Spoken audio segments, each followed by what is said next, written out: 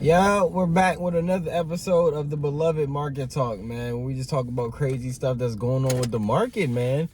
And this week, what was going on? World War III.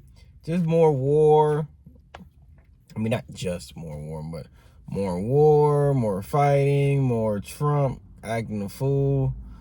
Jerome Powell, he decided not to, he held rates steady. So he didn't hike the rate. He didn't, cut rates, whatever.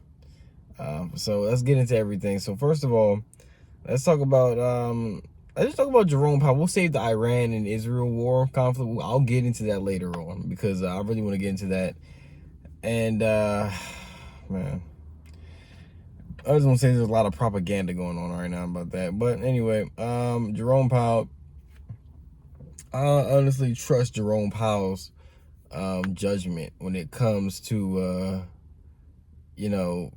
navigating the economy and navigating what's right.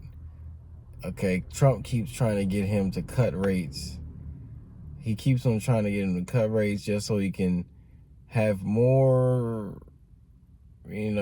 flexibility to do what he wants with the market. He knows his tariff stuff is going to cause more inflation, so he wants to cut the rate so that it helps ease that.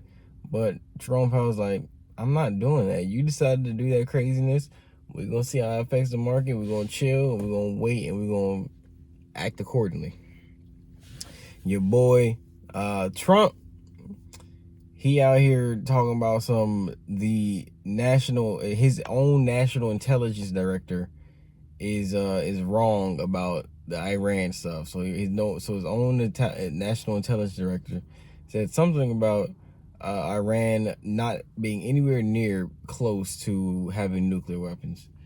All right, so let's talk about this Iran-Israel conflict. They've been talking about, this man Netanyahu has been saying for decades on video that Iran is weeks away, months away from having nuclear weapons, nuclear this, nuclear that, bro.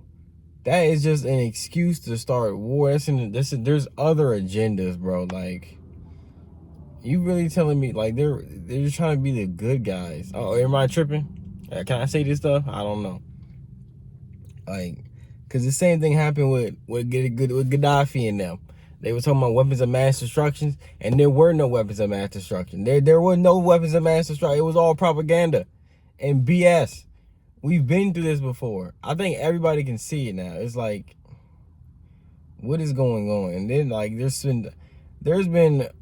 I've heard Trump say some crazy stuff, like, but he's really trying to justify America entering the war. He's like, well, if I don't like Iran having nuclear weapons, and the only way to stop that would be to fight if they don't do it peacefully.